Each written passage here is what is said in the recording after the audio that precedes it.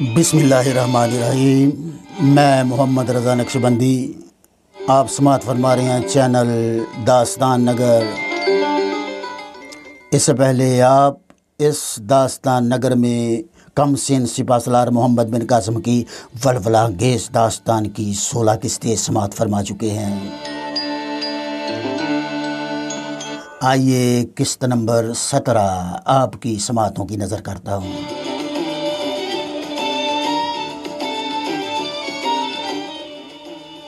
بوڑھا بولا، آپ نے سن لیا ہوگا کہ مسلمانوں نے دیبل کا قلعہ فتح کر لیا ہے۔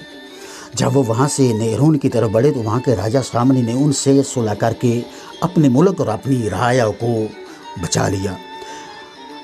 ہماری قدیمی کتابوں میں لکھا ہے کہ مسلمان سندھ پر قبضہ کر لیں گے، اس لیے مہاراج اپنی رعایا پر کرپا کیجیے اور اسے تباہ ہونے سے بچا لیجیے۔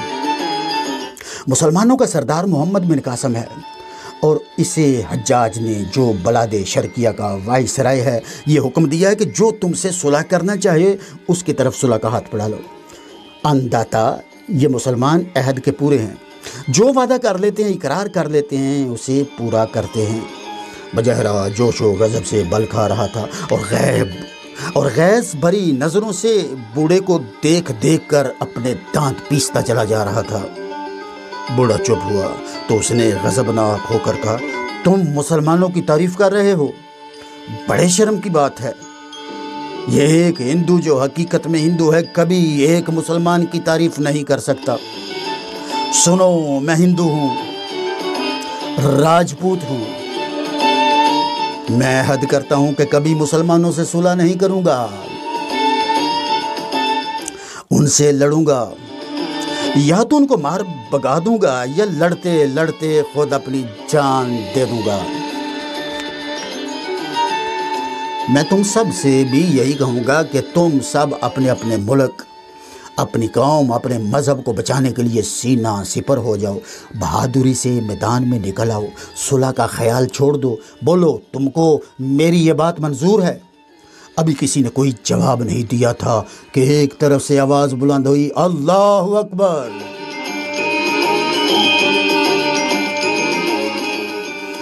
تمام رعایا، سپہ سالار، وزیر اعظم حیران ہو گئے۔ سپہ سالار نے مخاطب ہو کر کہا، افسوس، ہم غافل ہی رہے اور مسلمان ہمارے سروں تک آ پہنچے۔ جاؤ جلدی، فی الحال قلعہ کا دروازہ بند کرا دو، فصیل پر لشکر بھیج دو، جلدی کرو، میں بھی تمہارے پیچھے ہی آ رہا ہوں۔ سپہ سالار اور وزیر اعظم دونوں چلے گئے۔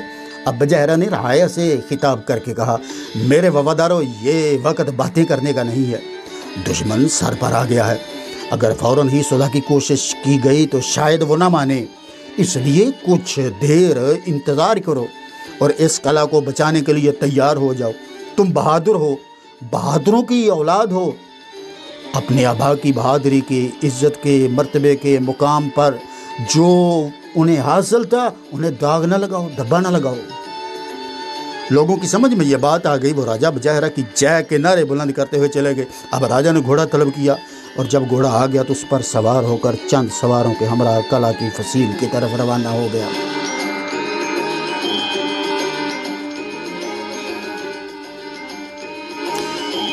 اگرچہ داہر نے طاہرہ سے رخصت ہوتے ہوئے یہ کہہ دیا تھا کہ وہ اب اسے نہ ستائے گا، لیکن اسے اس کے کہنے کا یقین نہ ہوا تھا۔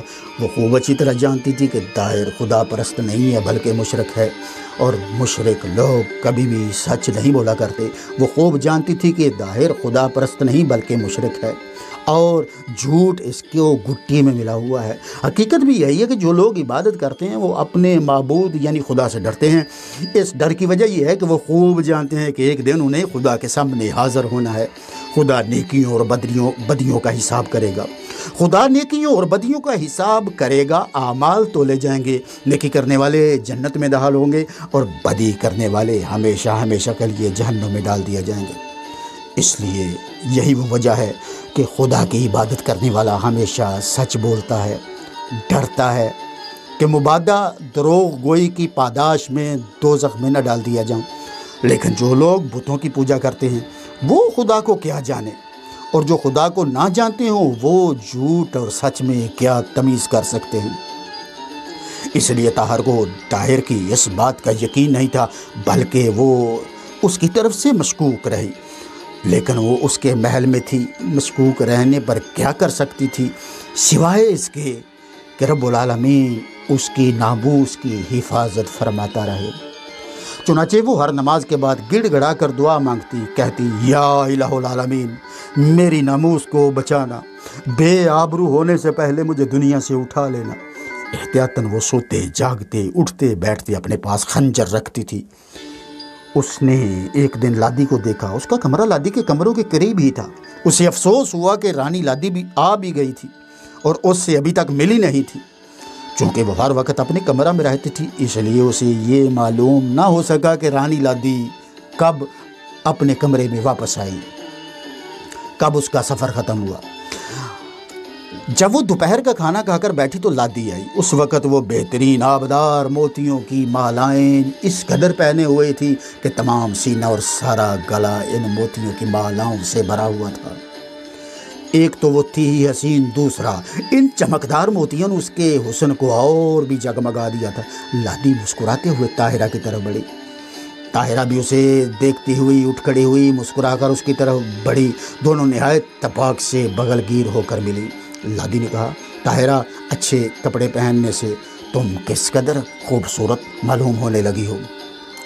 طاہرہ نے شرمیلی نظروں سے اسے دیکھتے ہوئے کہا اور تم؟ لادی کہنے لگی میں اس قدر خوبصورت کہاں ہوں جتنی خوبصورت تم ہو۔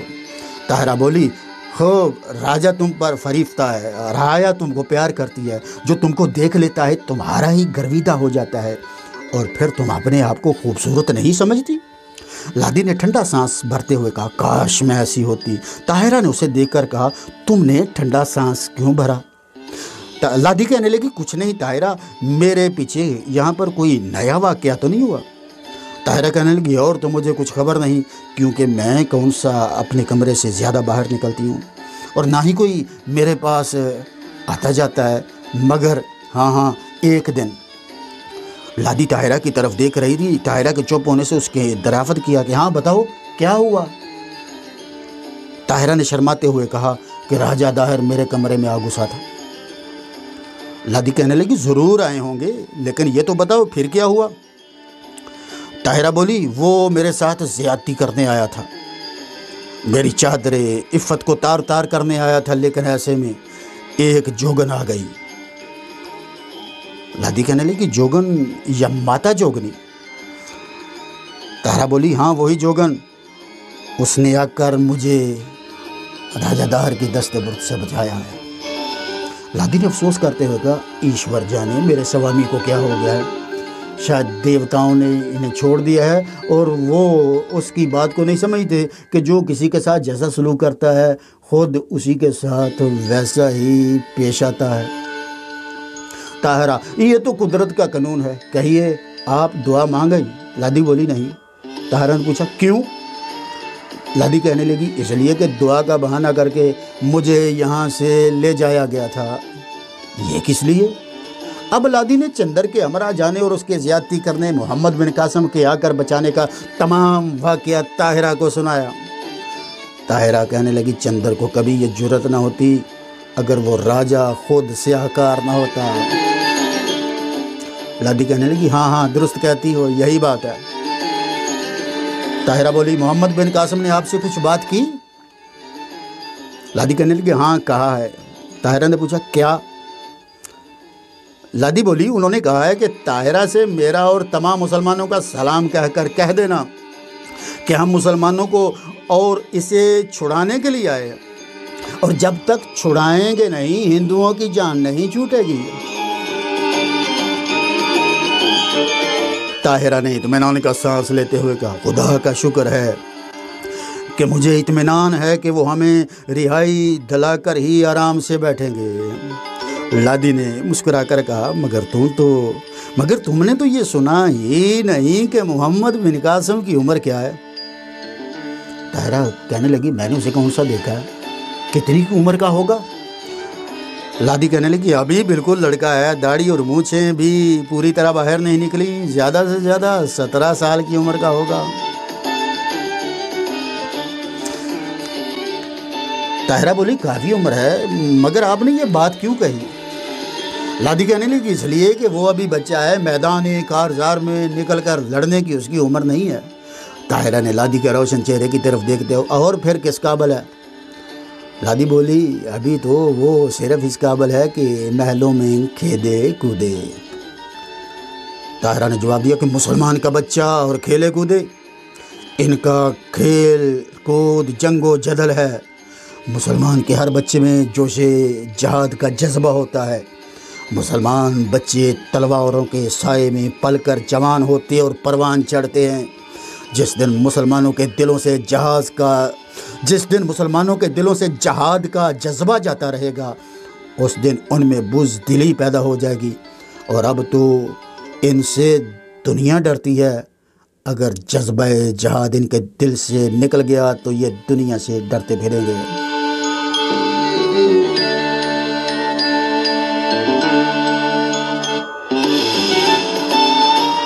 لادی بولی شاید تم میں بھی جوش جہاد کا جذبہ ہے۔ طاہرہ نے جواب دیا کیوں نہیں، مسلم قوم کے لڑکے لڑکیاں مرد اور عورتیں سب کے سب اس کے جذبہ سے سرشار ہوتے ہیں۔ لادی حیرت سے اس کی طرف دیکھتے ہوئے پوچھتی ہے گویا اگر موقع آ جائے تو تم بھی لڑنے مرنے کے لیے آمادہ ہو جاؤ گی؟ طاہرہ بولی ضرور، اسلام کی تعلیم ہی یہ ہے کہ افضل العبادات جہاد ہے۔ جو جنگ میں شہید ہو جاتے ہیں وہ جنت میں داخل ہوں گے۔ رب کریم قرآن حکیم میں ارشاد فرماتا ہے اور اپنے مالوں اور اپنی جانوں سے اللہ کی راہ میں جہاد کرو۔ اگر تم سمجھتے ہو تو یہ تمہارے لیے بہت اچھا ہے۔ اگر تم ایسا کرو گے تو اللہ تعالیٰ تمہارے گناہ بخش دے گا اور تم کو جنت میں داخل کرے گا جس کے نیچے نہریں بہہ رہی ہیں، اور وہ جگہ رہنے کی پاک ہے۔ عدن کی بہشتوں میں یہ بڑا مرتبہ پتہ ہے۔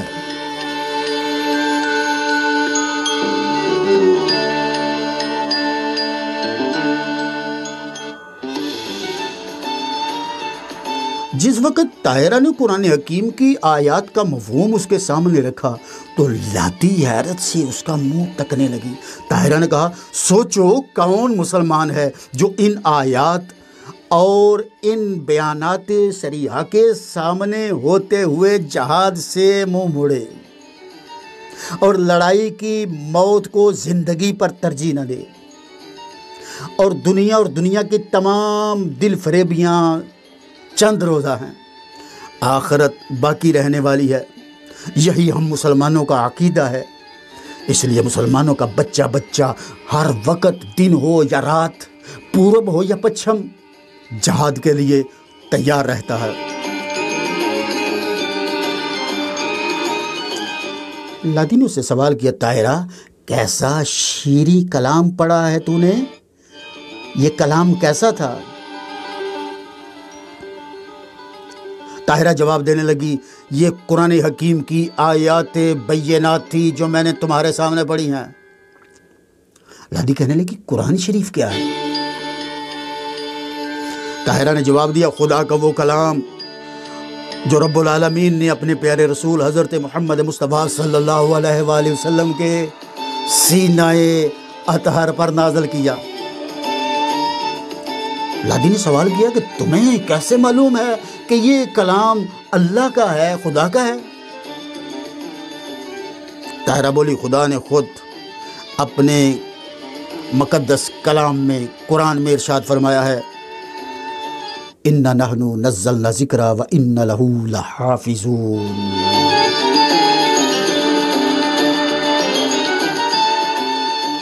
طاہرہ کہنے لگی میرا خدا یہ ارشاد فرماتا ہے حقیقت یہ ہے کہ یہ ذکر یعنی قرآن ہم نے ہی اتارا ہے اور ہم ہی اس کی حفاظت کرنے والے ہیں۔ رانی سر جھکا کر کچھ سوچنے لگی۔ طاہرہ نے اس کی طرف دیکھ کر پوچھا رانی کیا سوچ رہی ہو؟ لادی نے سر اٹھا کر کہا تم جو پڑھ رہی تھی اس کا اثر میرے دل پر ہونے لگا ہے۔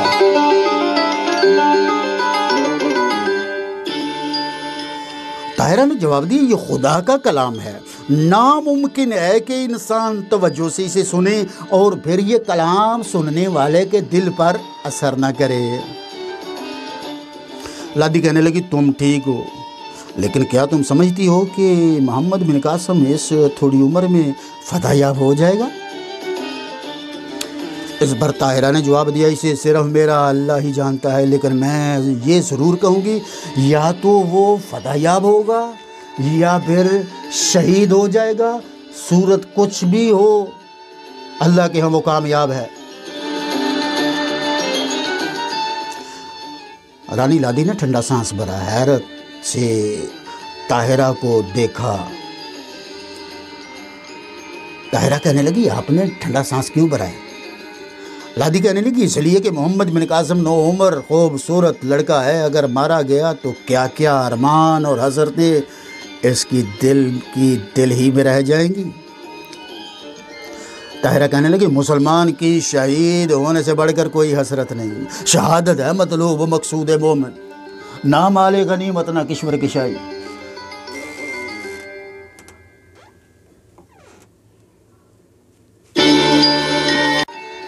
میں محمد رضا نقشبندی، آپ سن رہے ہیں داستان نگر، کامسن سپہ سالار محمد بن قاسم کی ولولہ انگیز داستان۔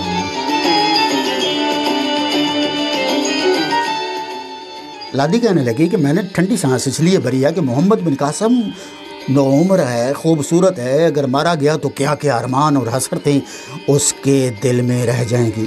طاہرہ نے جواب دیا مسلمان کی شہید ہونے سے بڑھ کر کوئی حسرت نہیں ہے، شہادت ہے مطلوب و مقصود مومن، نہ مال غنیمت نہ کشور کشائی، سمٹ کر پہاڑ ان کی ہیبت سے، دو نیم ان کی ٹھوکر سے صحرا و دریا، سمٹ کر پہاڑ ان کی ہیبت سے رائی، دو عالم سے کرتی ہے بیگانہ دل کو،